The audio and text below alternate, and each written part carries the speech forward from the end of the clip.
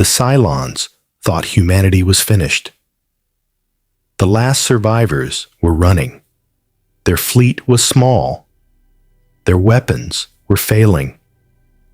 50,000 people crammed into civilian ships, held together by prayer and the engineering genius of people who had learned to fix things with whatever was left, because whatever was left was all there was. The Battlestar Galactica, ancient, scarred, a warship that had been scheduled for decommissioning before the war erased everything it was supposed to be decommissioned into, was the only thing standing between those 50,000 lives and extinction. Admiral William Adama had been running for 2 years. He was tired of running. But the mathematics of survival were simple and brutal, and had not changed since the Cylons glassed the 12 colonies in a single day. You ran because stopping meant dying, and dying meant the end of the human race, and the human race did not get to end today. Not on his watch. Not while he still had fuel in the tanks and fight in his crew, and the faint, stubborn signal of Earth somewhere ahead in the dark. The mythological homeworld, the destination that kept 50,000 people climbing out of their bunks every morning and doing the impossible again. Then the signal came from Galactica's Dratus. Not a Cylon contact, not a colonial vessel. Something that Lieutenant Gaeta, at the tactical console, could not immediately classify, which was not a thing that happened to Gaeta, who had classified everything the Dratus had ever shown him with the practiced speed of a man who had been doing it under pressure for long enough that uncertainty was not part of his operational vocabulary. He said, with the specific flatness of a voice suppressing something considerably less flat, "Admiral, I have a contact. It is large." "How large?" Gaeta looked at his instruments, looked at them again. 3 kilometers, sir. Maybe more. The return is, I've never seen a return like this. Adama crossed to the tactical console and looked at the display himself. Looked at the contact. Looked at the size of it. Looked at the energy signature that Galactica's systems were trying and failing to classify. Not Cylon, not colonial, not anything in the recognition library that covered every vessel type either civilization had ever built. Before he could give an order, space itself opened. There is no other way to describe what Dratus showed in that moment. Space tore. Not in the way that Cylon vessels appeared from FTL. The sudden displacement of ships arriving from faster-than-light travel. The bloom of energy and the vessel resolving from distortion into solid reality. This was different. This was a wound. A rupture in the fabric of what space was supposed to be. Geometric and violent and blue-white at its edges, opening like a door that had been kicked in from the other side by something very large that had not been interested in knocking. Through the rupture came a ship, then another, then 6 more, then 30. Then the rupture expanded, pushed wider by something on the other side that had decided the opening was not large enough for what needed to come through. And what came through next made every other vessel that had emerged before it look like a footnote. The UNSC Infinity was 3 kilometers long and built like the answer to a question about what happened when the most advanced military civilization in its galaxy decided to build a ship without compromise. Massive. Angular. Every surface carrying weapon systems and sensor arrays, and the specific dense architecture of a vessel designed to operate alone in hostile space indefinitely. Its running lights cut through the dark like a city crossing the void. Its mass, at this range, registered on Galactica's systems as a gravitational consideration. Gaeta's voice, when he spoke, was very quiet. Gods. Adama said nothing. He was looking at the contact. He was thinking about 50,000 people behind him, who needed him to understand what this was, and what it meant before it became something they could not survive. Aboard the UNSC Infinity, the situation was approximately equally confusing. Captain Thomas Lasky had not authorized a slipspace jump to another universe. He had authorized a slipspace drive test, a calibration run on the experimental Shaw Fujikawa upgrade that the UNSC's post-war research division had been developing for 3 years. The test was supposed to open a transit tunnel 50 light years and close it again in 11 seconds.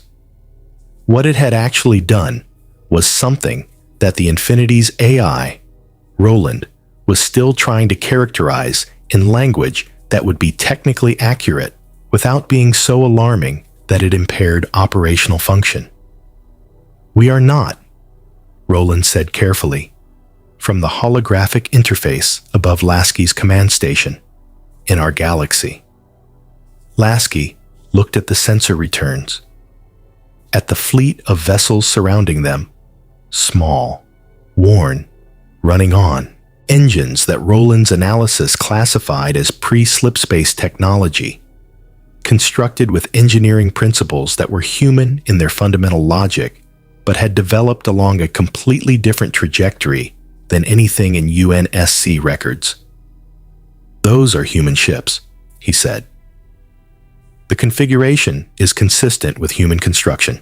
"Yes," Roland said, "but not UNSC human, not Colonial Administration human, not any human civilization in our catalog." He brought up the analysis. "Their technology is significantly less advanced than ours, by several centuries, in most dimensions. Their faster-than-light method appears to use a different physical principle than Shaw Fujikawa slipspace." A pause. "Captain, they are broadcasting on emergency frequencies, every frequency simultaneously. It is the pattern of a fleet in active crisis." Lasky looked at the larger display. He saw, behind the fleet of worn civilian ships and the single massive warship, the contacts that were following them, hundreds of them. Angular, predatory, moving with the coordinated purpose of a military force in pursuit. Their energy signatures were unlike anything in the UNSC's combat recognition library. Not Covenant, not Flood, not any threat type the UNSC had cataloged across 30 years of war. "What are those?" Lasky asked. "Unknown," Roland said.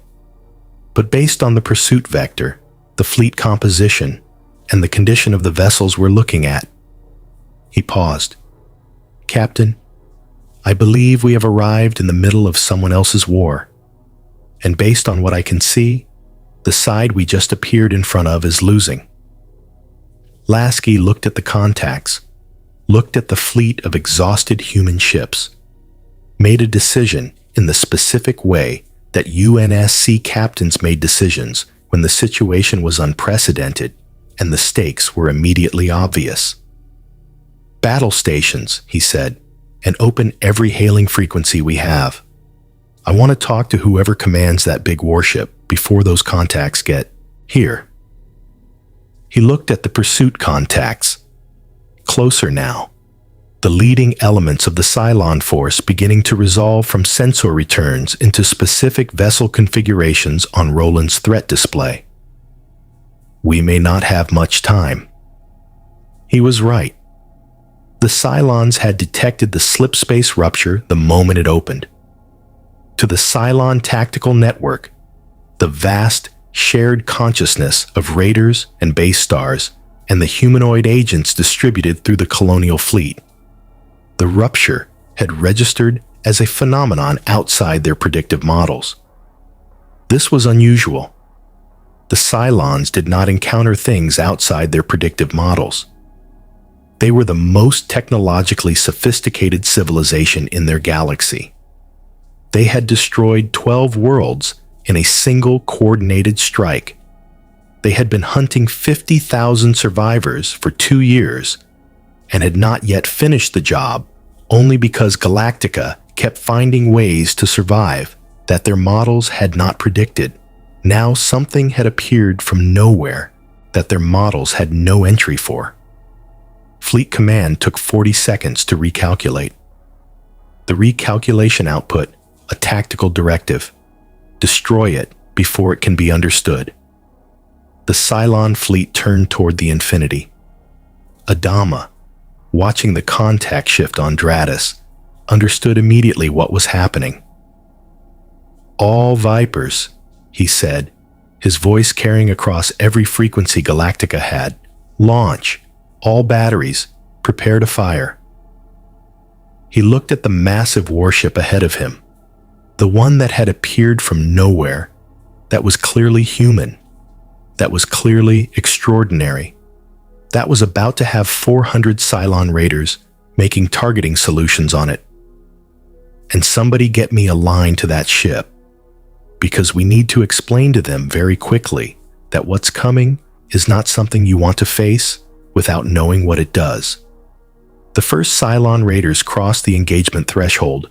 The UNSC Infinity's point defense grid activated, and the war between universes began with a sound that no one in either fleet had ever heard before.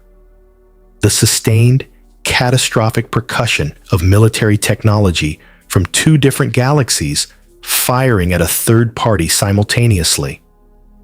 Finding in that shared purpose the first fragile, accidental thread of something that might, if they survived the next few minutes, eventually become an alliance.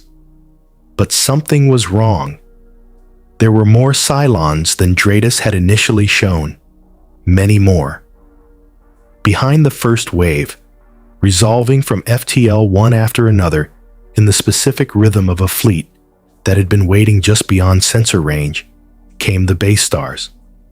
6, then 12, then 20. Adama looked at the numbers and felt, for the first time in 2 years of running, something that was not fear, but was adjacent to it. The recognition that the mathematics of survival had just changed in a direction he had not planned for. Then the Infinity fired its main gun, and everything changed. The Mach round traveled at 4% of the speed of light. That is not a number that means anything to most people until you watch what it does to a Cylon base star. The base star was 2 kilometers across. It had survived every colonial weapon system the 12 colonies had ever built. Its armor was layered regenerative composite, designed to absorb and redistribute kinetic and energy impacts across its entire hull simultaneously. It had destroyed battle stars. It had glassed planets.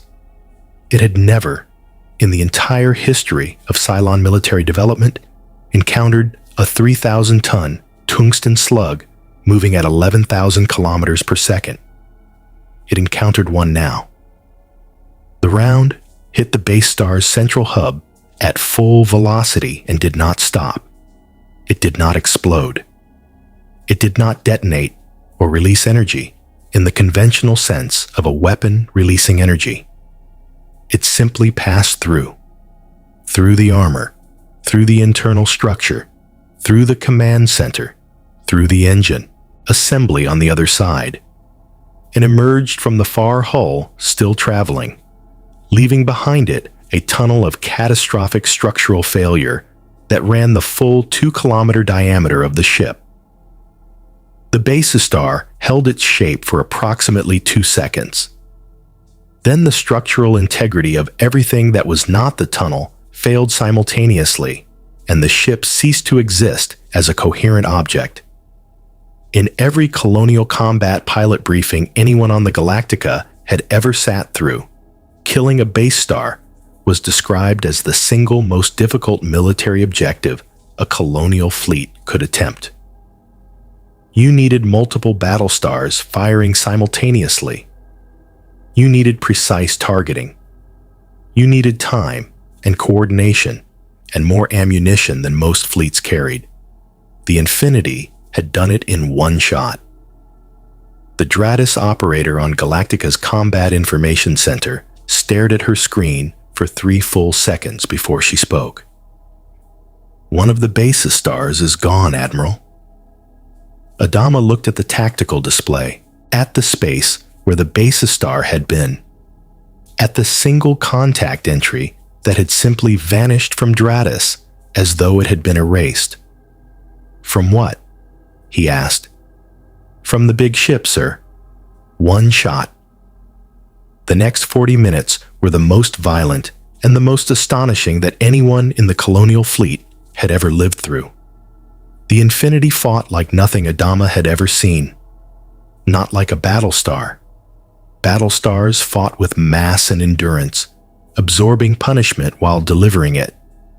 The military philosophy of a civilization that had built its warships to survive a long fight. The Infinity fought with precision. Its point defense grid filled the space around it with a continuous lattice of 50-millimeter cannon fire that reduced Cylon raiders to debris before they reached weapons range. Its missile batteries fired in coordinated salvos that targeted basis star weapon systems specifically.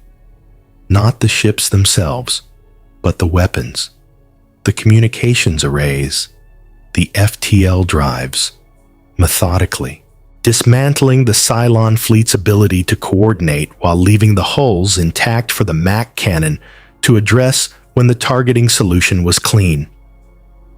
The MAC cannon fired 7 times in 40 minutes. 7 base stars ceased to exist. The Cylon raiders, encountering a point defense grid they had never seen and could not calculate engagement geometry around, began losing cohesion. Their attack patterns, developed across decades of combat against Colonial Vipers, optimized for the specific performance envelope of every Colonial fighter type, had no framework for UNSC longsword interceptors that were faster, more maneuverable, and equipped with weapons that did not behave like anything in the Cylon tactical database. The Vipers launched anyway. And what happened when Colonial Vipers flew alongside UNSC longswords against a Cylon raider swarm was something that neither civilization had planned and both found immediately effective. The Vipers drawing raider attention with the attack patterns the Cylons knew how to respond to. The longswords hitting the responding raiders from angles the Cylons' defensive programming had not accounted for because it had not known the longswords existed.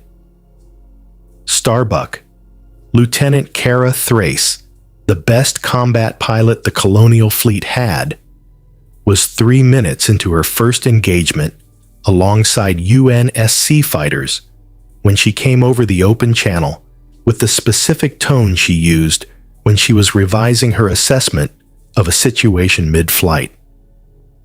"These guys can fly," she said. "High praise," said the longsword pilot on her wing, whose call sign was Archer, and who had been flying combat missions since the Covenant War and had developed, in that time, a comprehensive appreciation for pilots who could keep up with him. "Don't get used to it," Starbuck said.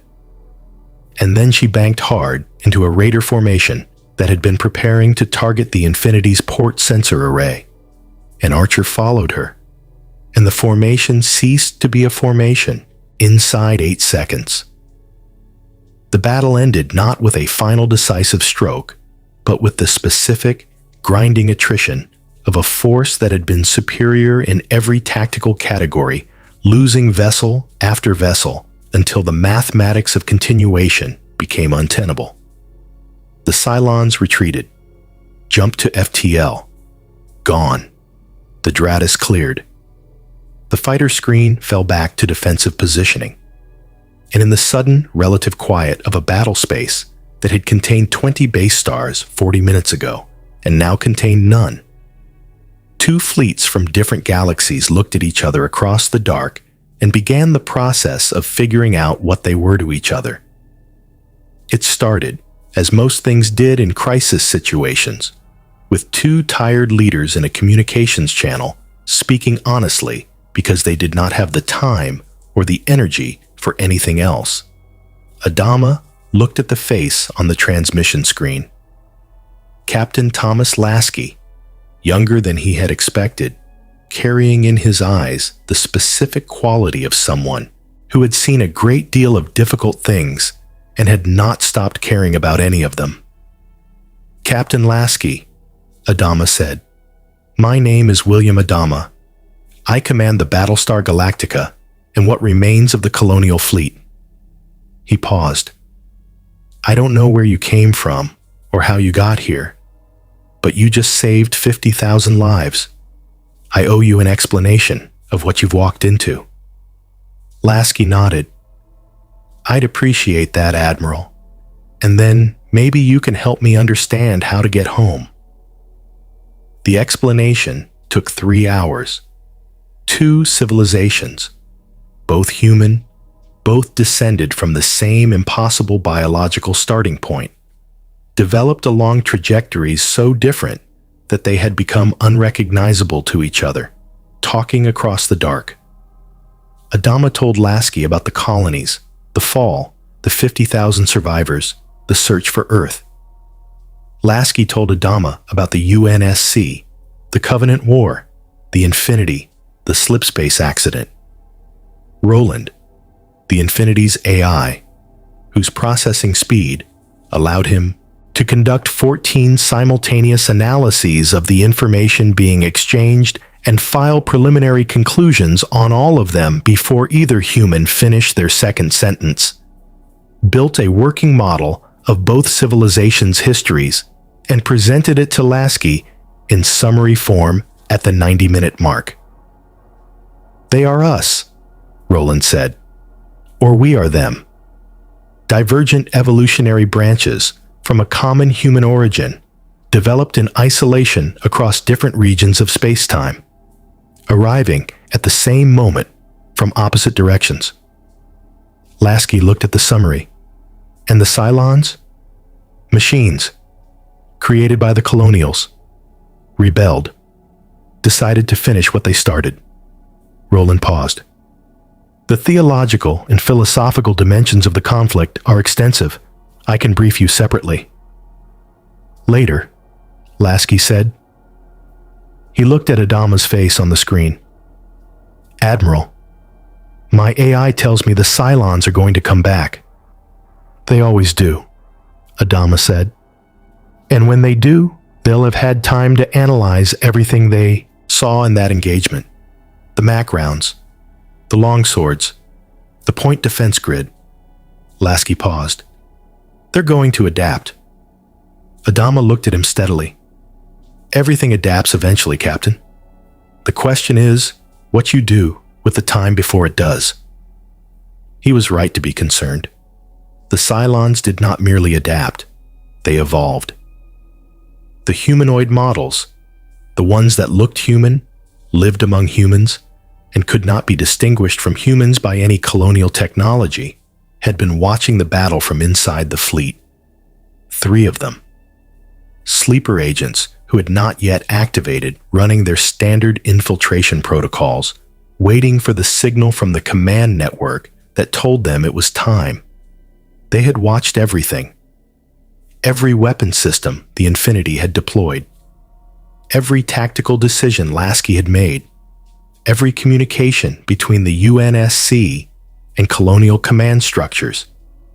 They filed it all in the vast shared consciousness of the Cylon network the moment FTL contact was re-established. The Cylon Command Collective processed the data and reached 4 conclusions. First, direct military engagement with the UNSC Infinity at current technological parity was not survivable. Second, the Colonial Fleet survival had now become a strategic liability because of what it had attracted. Third, the UNSC's technology could be countered. It would require time, and it would require access to the Infinity's internal systems from the inside. Fourth, they already had assets inside.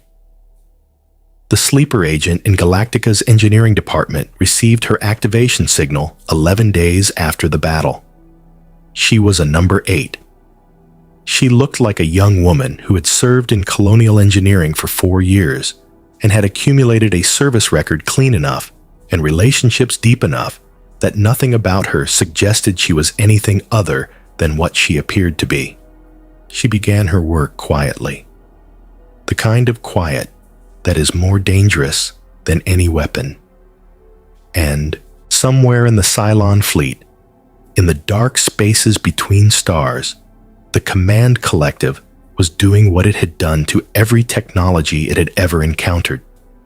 Learning it, mapping it, finding the gaps between what it could do and what it could not, preparing the answer. The war was 3 weeks old. Both sides thought they understood what they were fighting. Neither of them did yet. Because somewhere beyond the reach of Cylon sensors and UNSC long-range arrays, in the dark space at the edge of this galaxy, something else had detected the slipspace rupture. Something that was neither Colonial nor UNSC nor Cylon. Something that had been waiting for a very long time. And now it knew the door between galaxies was open. But that was a problem for later. Right now, the Cylons were coming back, and they were bringing everything they had. The trap was perfect. That was the thing about the Cylons that 2 years of running had taught Admiral Adama. They were not reckless. They did not overextend out of pride or impatience. They planned. They waited. They built situations that looked like opportunities and then revealed themselves as cages at the precise moment when escape became the most difficult thing imaginable. The signal came from a dead star system, 3 FTL jumps from their current position. Colonial in origin. A distress beacon. The specific frequency used by colonial military vessels in catastrophic emergency. The kind of signal that a fleet carrying 50,000 survivors could not in good conscience ignore. It looked exactly like what it was supposed to look like. Adama stared at the signal for a long time. "It's a trap," said Starbuck, from the back of the CIC, with the flat certainty of someone who had been wrong about a lot of things in her life but had developed, through accumulated painful experience, a very accurate instinct for exactly this kind of thing. "Probably," Adama said. "Then why are we?" "Because if it isn't," Adama said quietly, "and there are colonial survivors out there, and we don't go—" He did not finish the sentence. He did not need to. Lasky, on the command channel from the Infinity, had run his own analysis. "Roland gives it a 73% probability of being a Cylon ambush," he said. "But he also says the beacon's authentication codes are genuine. Pre-war colonial military issue. If someone is transmitting on those codes, they either are colonial survivors or the Cylons have compromised them. Either way, we need to know." He paused. "I'll take point," he said. The dead star system was called Helion Minor on colonial charts. It had not been inhabited since before the Cylon War. Its single rocky planet was airless and cold and offered nothing of strategic or resource value to anyone. It was, in other words, a perfect location for an ambush, somewhere with no civilian population to complicate the engagement, no resource value to protect, no reason for either side to hold back. The Colonial Fleet jumped in first. Standard tactical spread. Galactica in the center. The civilian ships in a protected formation behind her. The Viper squadrons launching immediately on arrival because Adama had made the decision 3 systems ago that from here forward his pilots flew combat ready at all times and lived with the discomfort of that. The Dratus lit up. Not gradually. not the sequential appearance of vessels jumping in one at a time that a fleet deployment normally produced on the sensors. All at once, like turning on a light in a dark room that turns out to be full of people who were waiting for you. 140 base stars. 140. Adama had never seen a number like that on Doradus.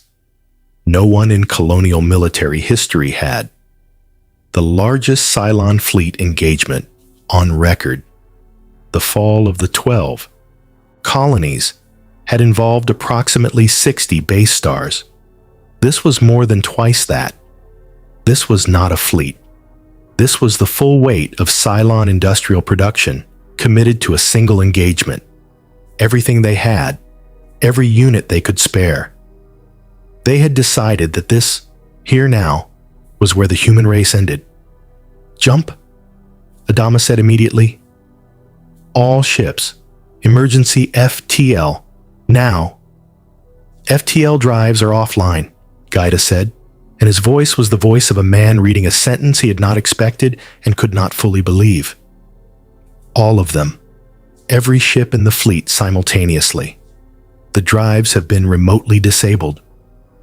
Remote disabling of Colonial FTL drives required access to the drive's command architecture from inside the network, from inside the fleet, from someone who had spent 11 days quietly and carefully and invisibly doing exactly what sleeper agents were designed to do.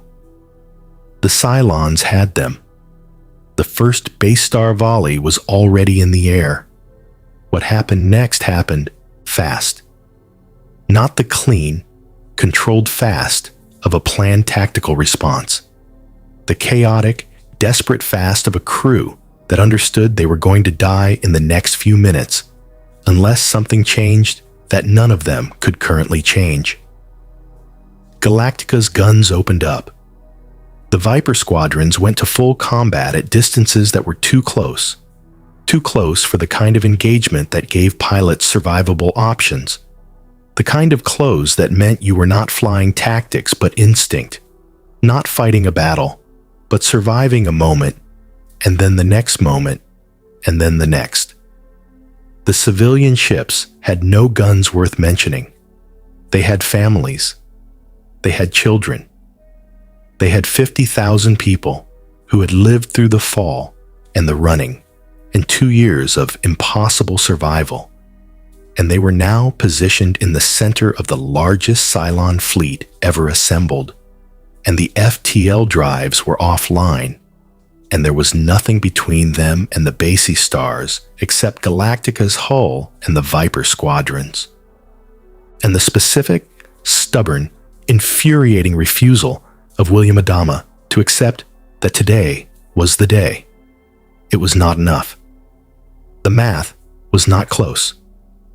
140 Battlestars against 1 Battlestar and 200 fighters was not a tactical problem with a tactical solution. It was an extinction event measured in minutes. Galactica took 4 direct hits in the first 90 seconds. Her port flight pod took a direct energy strike that took it offline entirely. 12 Vipers were gone before their pilots had time to report contact. Lasky, watching from the Infinity on the command channel, ran the engagement mathematics in the same moment Roland presented them. Roland's assessment was 4 words. They will not survive. Lasky looked at the display. At 140 base stars. At Galactica, taking hits that would have destroyed most vessels and surviving on the stubbornness of her construction and the crew's refusal to stand down. At 50,000 civilian lives in the center of it, he made a decision. All hands, he said, into the ship-wide channel. Slipspace jump in 30 seconds. All non-essential personnel to impact positions. Spartan teams to deployment ready. He looked at the navigation console. Plot the jump directly into the center of the Cylon formation. The navigation officer looked at him. "Sir," she said carefully, directly into the center. Yes, that puts us inside their engagement envelope on emergence, point-blank range for their entire fleet. I know, Lasky said. That's why we're going. The Infinity jumped. There is a moment in every battle that later becomes legend, that changes everything that came before it. A moment that people who were there describe afterward in the specific, slightly odd language of someone trying to convey an experience that words are not quite large enough for. The Infinity emerged from slipspace inside the Cylon formation at a distance of 11 kilometers from the nearest base star. 11 kilometers. At that range, the MAC cannon's targeting solution was so clean it barely required a computer. The Infinity fired continuously. Not the measured, tactical 7 rounds of the first engagement. 7 rounds in 40 minutes. Each one carefully aimed, each one delivering maximum precision at maximum range. This was different.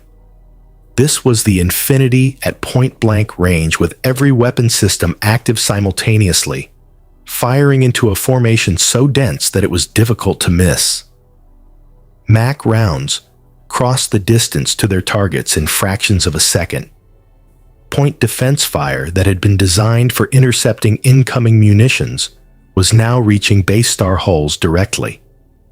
Missile salvos hit targets before they had finished arming. The Cylon formation, designed for an engagement against one Battlestar and her fighters, optimized for the specific tactical geometry of that problem, had no adaptation for a 3-kilometer warship appearing in its center and opening every weapon it had at once. Base stars began dying. 14 in the first 4 minutes, then 8 more, then 6.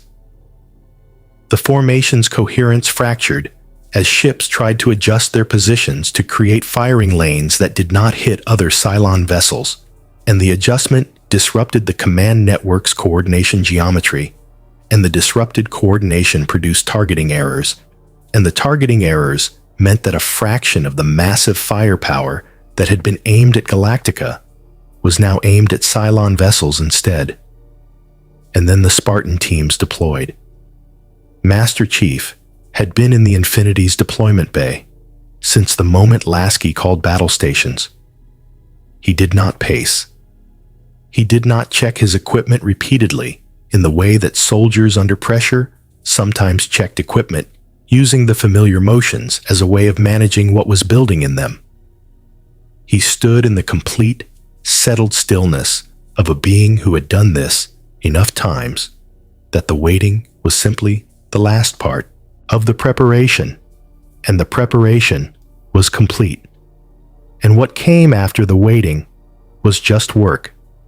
His team was 6 Spartans, 6 people who had been built, trained, and augmented to operate in environments that would kill normal soldiers before they had finished registering the threat.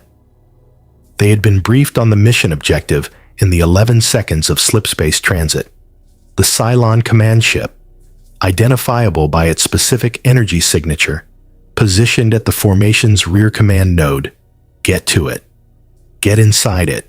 Find the network command architecture. Take it offline. The Pelican hit the Cylon command ship's hull at combat insertion speed, and the breach charges blew the entry point before the dropship had fully stopped moving. And Master Chief went through the hole first because he always went first, and the reasons for that had never changed across every campaign he had ever fought.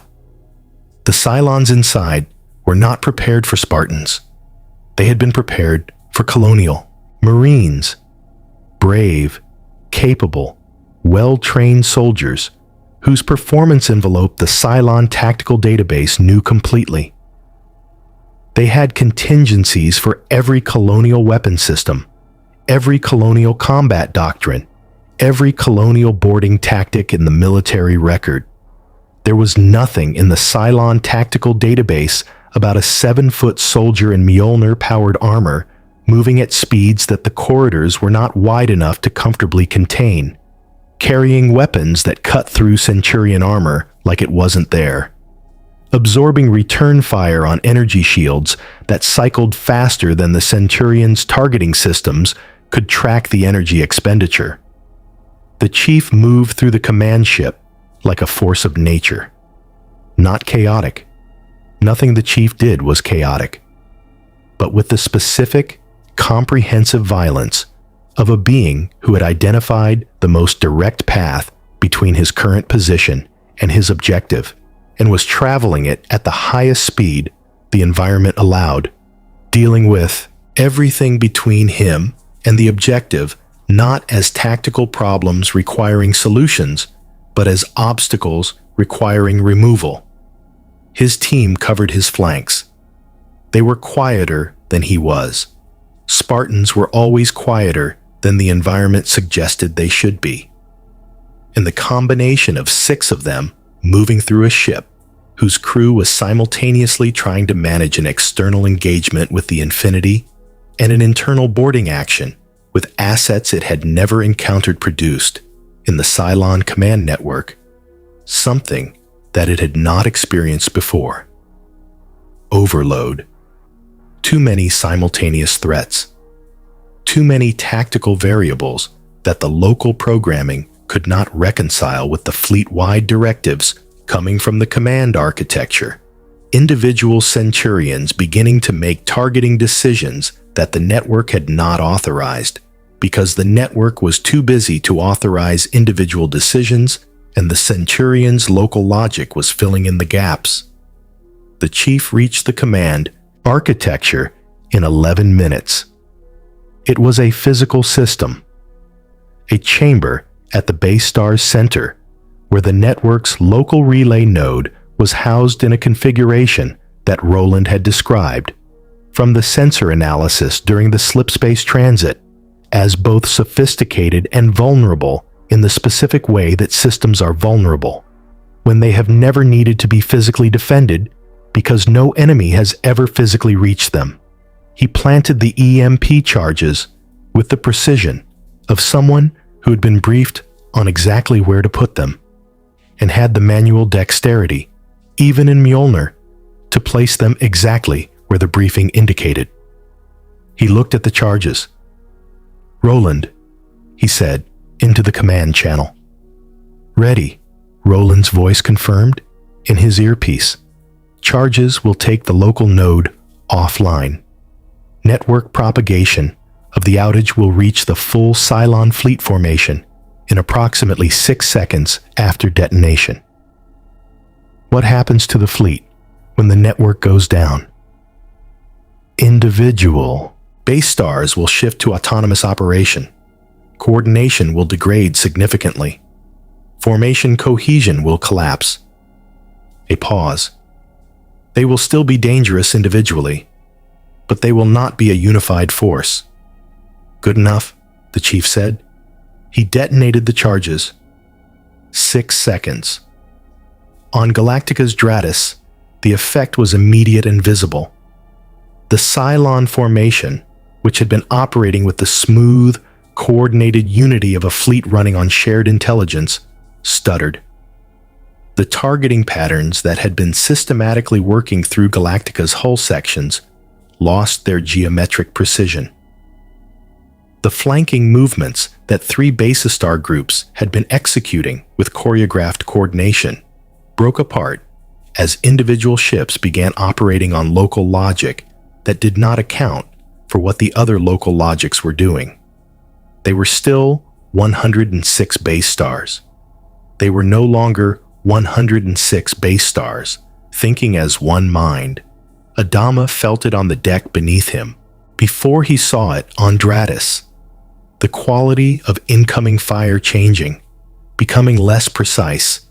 The specific sensation of a wall that has been solid for 2 minutes, developing gaps that had not been there before. "Their formation is breaking," Gata said. "I don't know what happened, but their formation is breaking." Adama looked at the Infinity on Dratus. still in the center of the formation, still firing, still standing in a position that no ship should have been able to stand in for this long against this many opponents. He looked at the civilian ships behind him, intact, alive, containing 50,000 people who were still alive because 2 warships from different galaxies had decided, without discussing it, that they would not move from between those people and whatever was trying to reach them. All batteries, he said, all Vipers, everything we have. He straightened in the CIC with the specific posture that his crew knew, after years of watching it, meant that he had decided that what was happening was not going to continue happening. Now, Galactica opened up. The Vipers, Starbuck at the point, 3 squadrons behind her, flying with the focus of pilots who had been handed a situation that looked survivable for the first time in the last 20 minutes and were not going to waste it, hit the fragmented Cylon formation from every angle simultaneously. The Cylons began to retreat, not all at once, not cleanly. 1 base star FTL jumping away, then 3 more, then a group of 12, the retreat spreading through the formation, the way fire spreads through dry material, slowly at first and then all at once. The network was trying to reassert coordination, and the network was failing because the command node was gone, and the backup propagation was running on the degraded architecture of a fleet that had just absorbed more damage than its operational parameters were designed to sustain. For the first time in the history of this war, in the full, complete history of the conflict between humanity and the machines it had built and lost control of, the Cylons retreated from a battle they had designed to be unwinnable for the other side. They left behind 34 destroyed basis stars and the burning wreckage of the command ship, now drifting in the center of a battle space that had, 20 minutes ago, been the site of a planned extinction event. The Spartan team was extracted with 4 minutes to spare before the command ship's reactor failed. Master Chief walked back onto the Infinity's flight deck and said nothing, because there was nothing that needed to be said. The mission had an objective. The objective had been completed. Everything else was details. Lasky met him at the bay entrance. "Well done," Lasky said. The chief nodded once and kept walking, because the war wasn't over. It wasn't over by a long distance. But for the first time, for the absolute first time, the Cylons were the ones running. And what happened next was going to determine whether running was enough to save them. It wasn't. The Cylons did not accept retreat. Not philosophically. Not in the architecture of what they were. Machines built for a single purpose, the elimination of biological humanity, did not have a category for stepping back, reassessing, finding a different approach. They had a category for adaptation, for recalculation, for identifying what had gone wrong and building the answer to it. But the answer was always the same. More force, different configuration, the same destination. They had retreated from Helion Minor because the tactical mathematics demanded it. They came back because the purpose demanded it more. The intelligence that came in over the next 6 days painted a picture that Roland processed in full, and then summarized for Lasky with the specific care of an AI that understood its captain well enough to know that the way information was delivered mattered as much as the information itself. "They are consolidating," Roland said, "every Cylon asset in this galaxy, every base star, every raider wing, every resource they have. They are pulling it all together into a single formation." He brought up the strategic display. The sensor data assembled from every long-range array the combined fleet could task, resolved into a contact estimate that was, even as an estimate, enormous.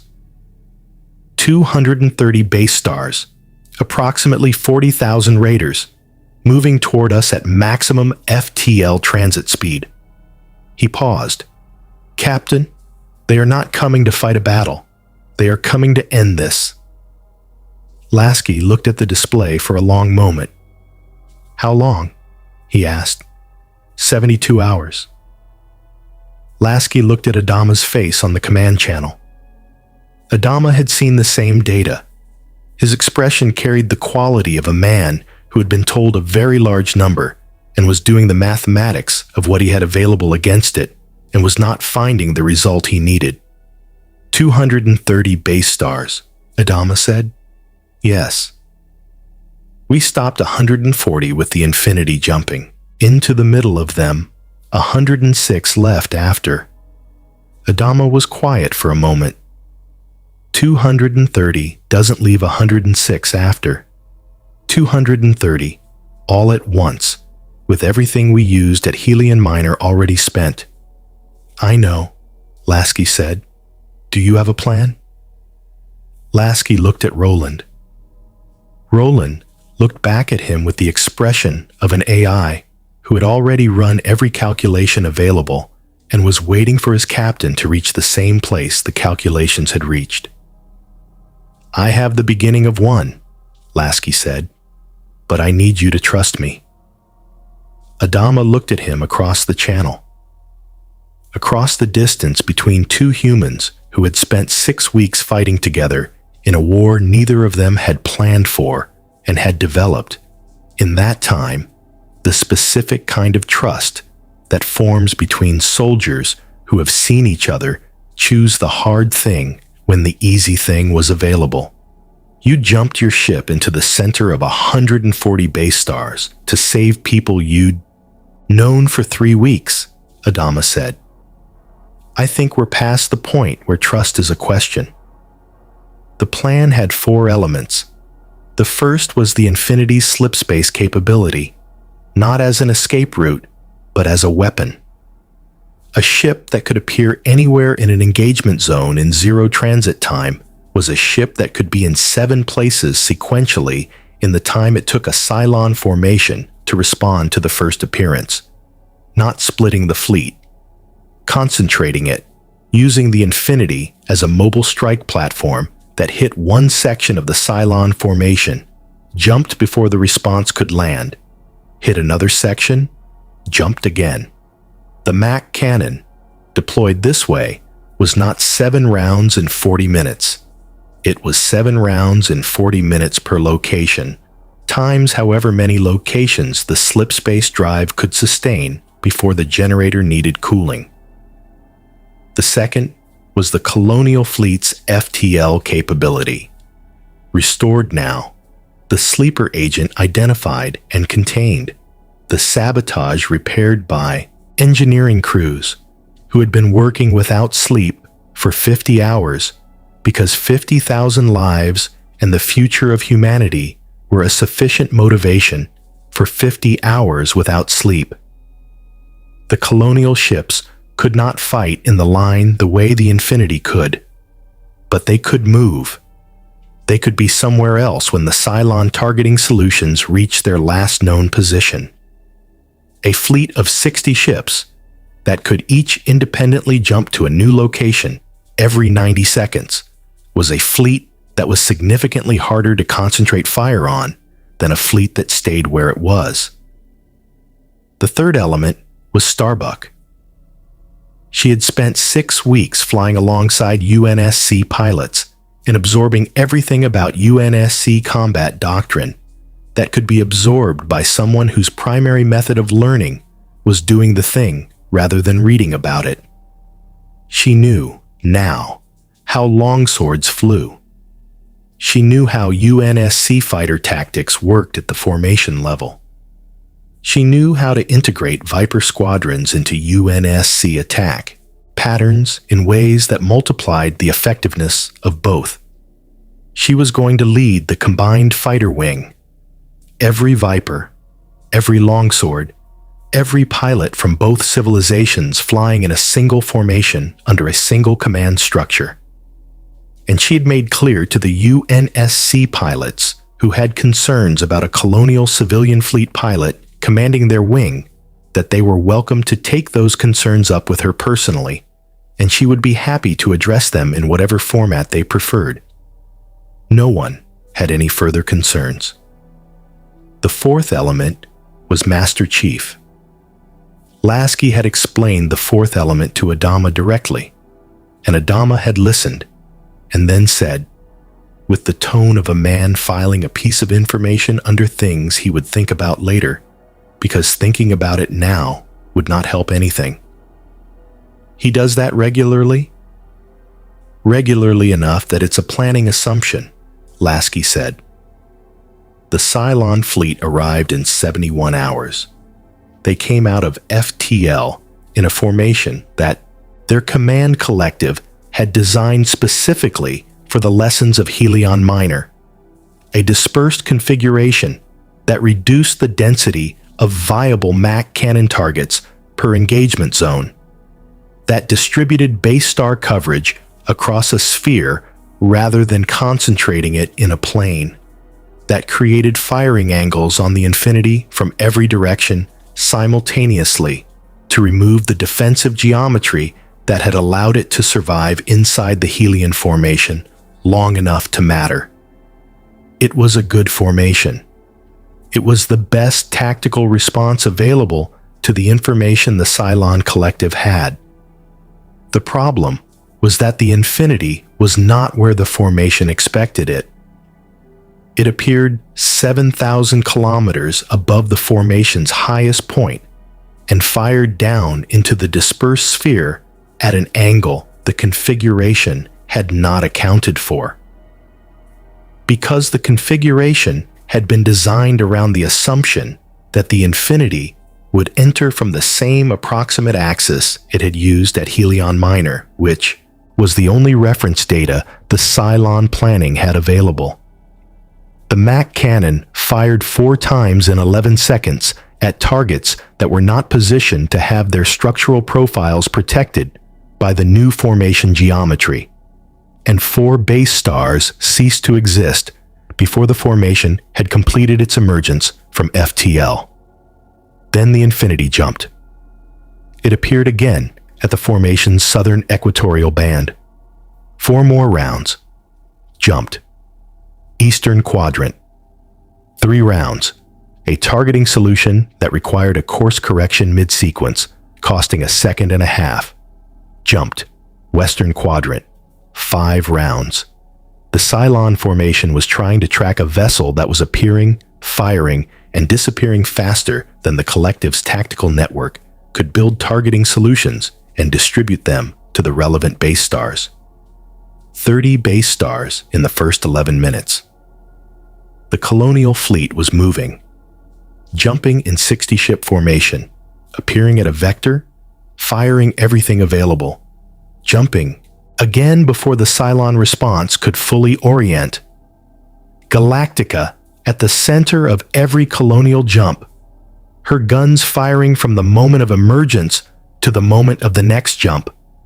Adama in the CIC, calling positions with the clipped efficiency of a man who had spent his entire adult life in this exact posture and had found, in the chaos of the biggest battle he had ever fought, the specific calm that very experienced people find when the situation finally matches the full extent of what they are capable of. Starbuck's combined wing hit the Raider formations like a storm that had been building for 6 weeks and had finally found somewhere to go.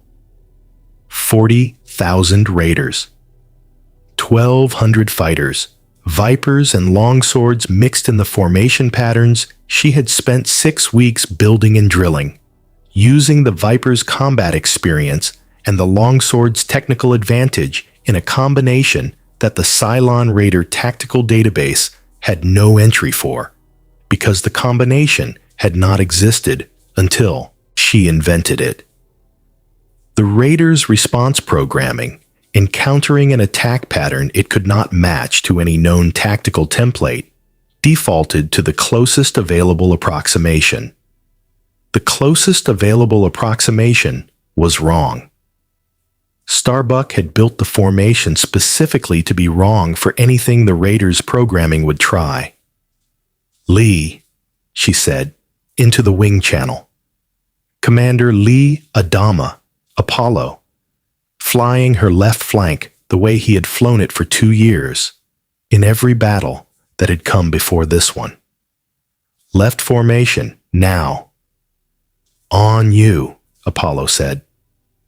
The left formation broke across the Raider swarm's center, and the long swords hit the gap it opened from above, and the Raider formation lost coherence in the section that coherence was most critical to maintain.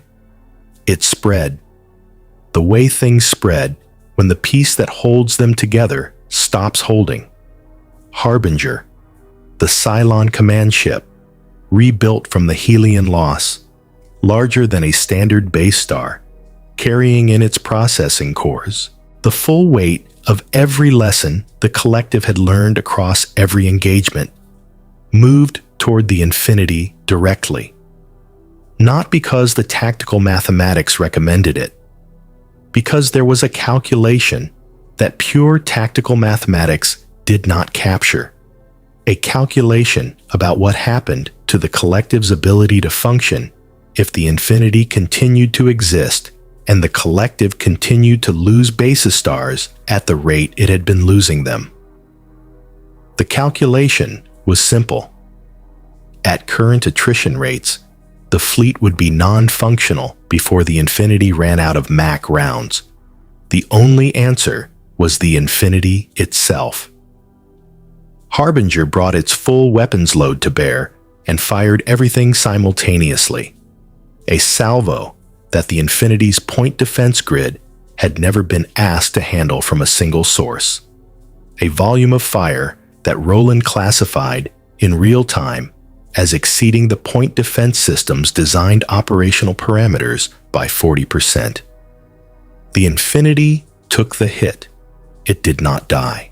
UNSC Engineering had built margins into every system on the vessel, precisely for the moment when the designed operational parameters were exceeded, because the designers had understood that designed operational parameters were regularly exceeded in actual combat, and the ship needed to survive that. But 14-point defense emplacements went offline. A Mach cannon charging coil failed. The starboard sensor array took damage that reduced long-range targeting resolution by 30%. Lasky grabbed the console as the impact moved through the ship. "Hull breach," Roland reported, with the composure of an AI whose emotional responses were sophisticated enough to understand that composure was the appropriate register for this moment. "Decks 7 through 12, starboard. Emergency bulkheads holding. Casualty reports incoming." A pause. "Captain, Harbinger is recharging for a second salvo. Time to fire. 40 seconds. 40 seconds. Lasky looked at the tactical display. At the Infinity's reduced point defense capability. At Harbinger, positioned at a distance that was close enough for its weapons to be devastating and far enough to be outside the Mach cannon's optimal targeting window given the damaged sensor array. He looked at the Spartan deployment status panel. One team. In the bay. Ready. He opened the channel. "Chief." "Already moving," the chief said. The Pelican launched with 31 seconds remaining on Roland's countdown. Master Chief stood at the bay door as it opened into the battle space, into the specific chaos of the largest fleet engagement this galaxy had ever seen. Base stars burning in every direction, fighter debris catching the light of explosions, the Galactica visible 2,000 kilometers away, still firing, still moving, still refusing to stop being what she was, and felt nothing that would have been recognizable as fear, and everything that would have been recognizable as purpose. He went out the door. The Pelican crossed the distance to Harbinger in 22 seconds, hugging the debris field that the battle had generated across the engagement zone, using the wreckage of the things the Infinity had destroyed as cover the way he had used terrain on 100 worlds. The point defense systems that Harbinger should have used to destroy the Pelican were occupied.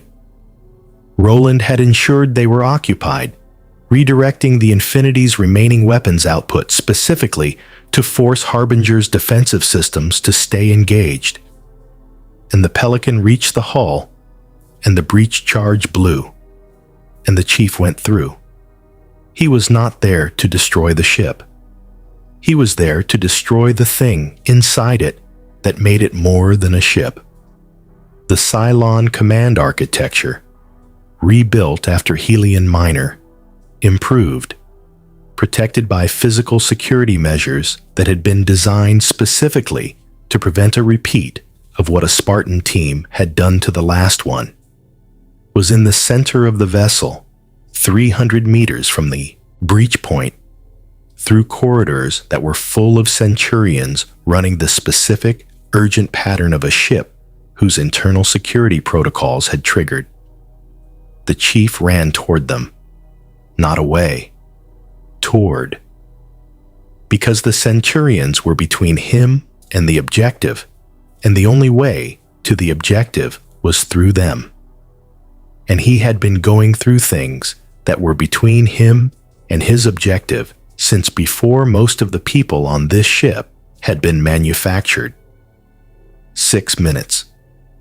The command architecture had physical hardening that the Helion version had not possessed. Additional shielding, redundant power systems, a secondary relay node that would sustain partial function even if the primary was destroyed.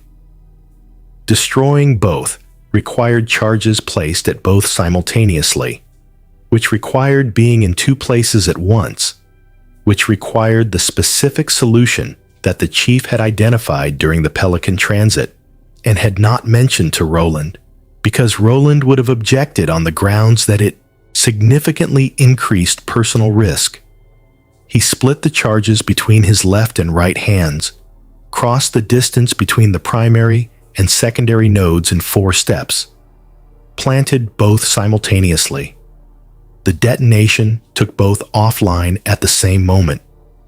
The Cylon network, the vast shared consciousness that connected 200 base stars into a single unified mind, registered the loss of its command node and attempted to propagate the failover protocols, and found, for the second time in this war, that the failover was not completing.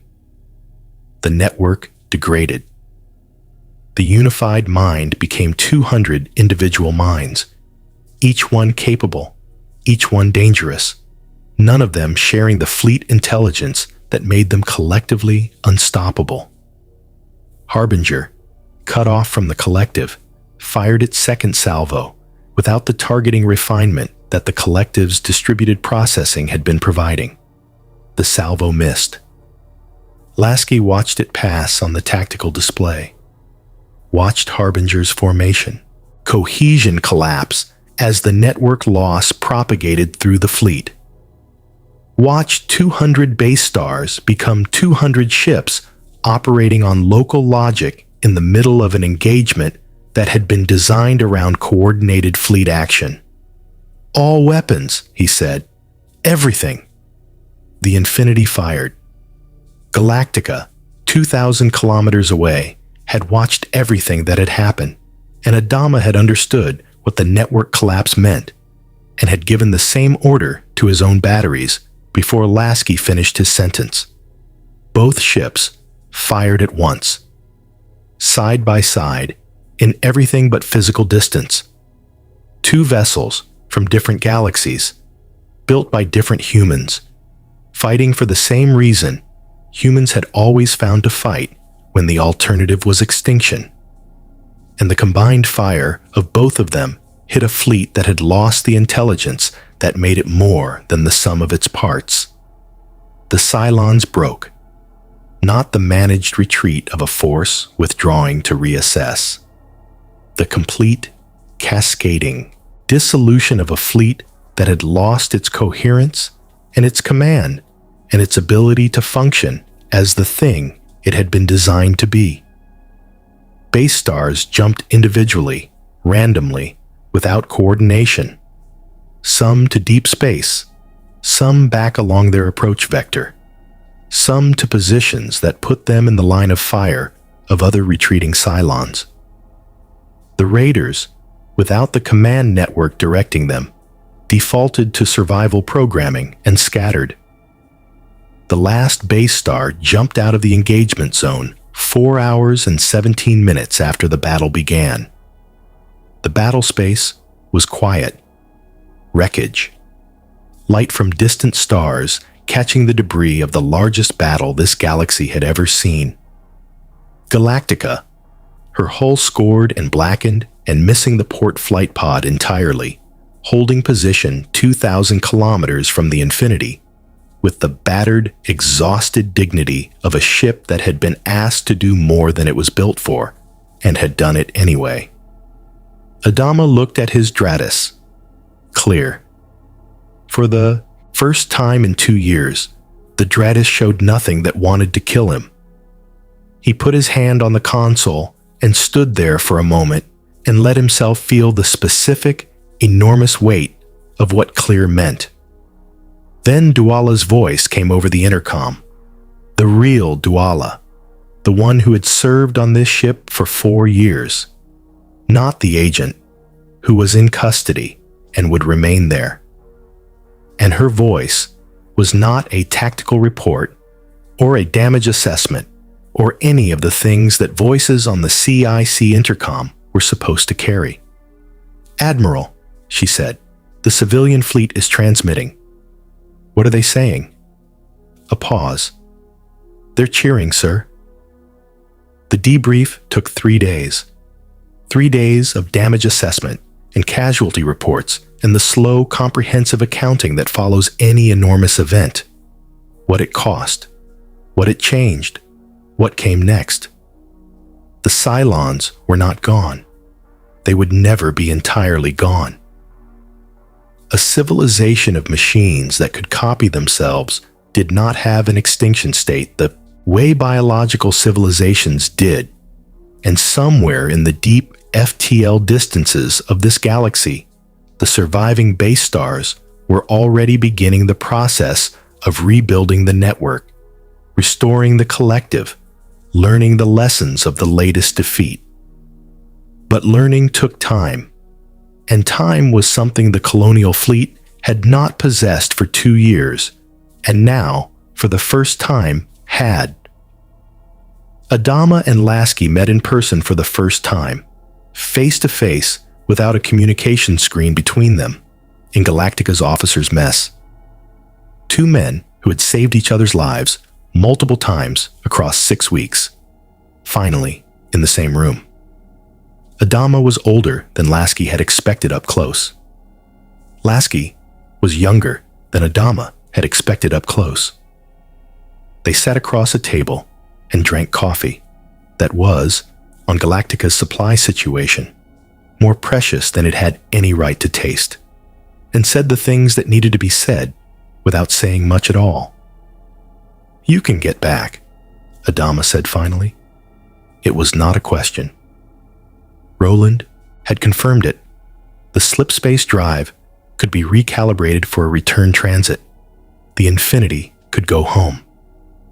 "Yes," Lasky said. "Will you?" Lasky looked at his coffee, at the question that was really several questions stacked together. "Will you leave? And if you leave, what do we do? And if you stay, what does that mean? And who are we to each other now, after 6 weeks of this?" "I have a report to file," Lasky said. "I have people on my ship who want to go home. I have a UNSC that needs to know a slipspace drive can cross universes. because that is information that changes things in ways I can't fully calculate from here." He paused. "But I also have 50,000 people in a fleet that just survived something that should have killed them.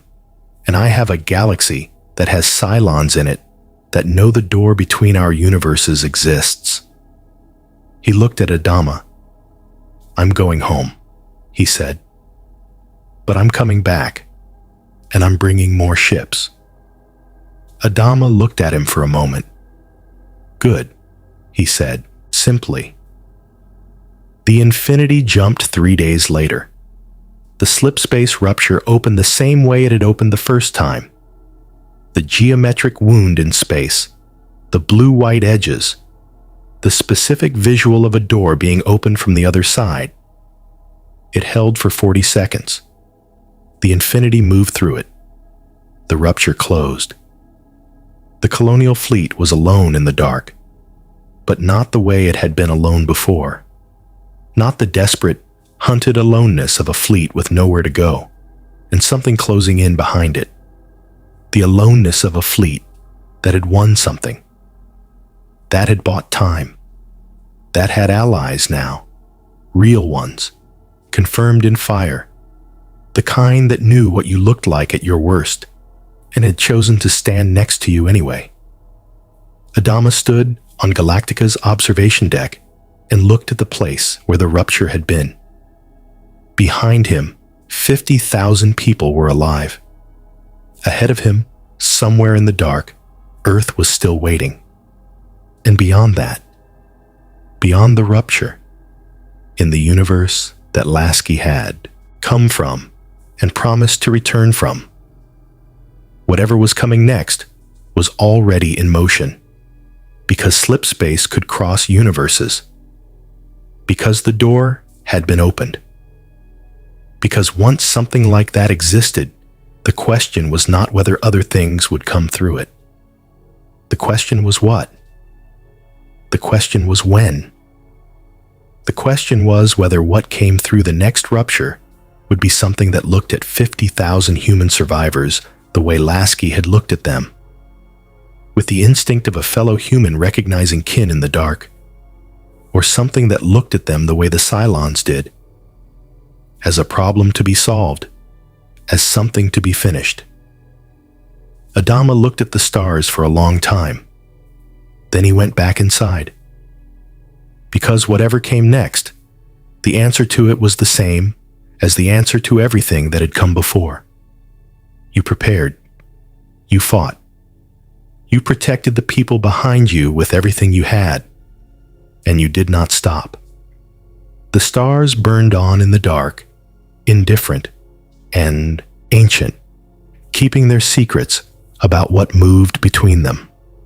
For now, the fleet was safe. For now was enough. But somewhere in the gap between universes, in the slipspace dark that connected galaxies the way water connects shores, something had felt the door open. Something was already moving toward it. The alliance between the UNSC and the Colonial Fleet had saved humanity once. The only question left, the question that would determine everything that came after this moment, was whether once was going to be enough. What do you think comes through the rupture next? Drop your answer in the comments. The best idea becomes the next episode. May the Force be with you. More stories await.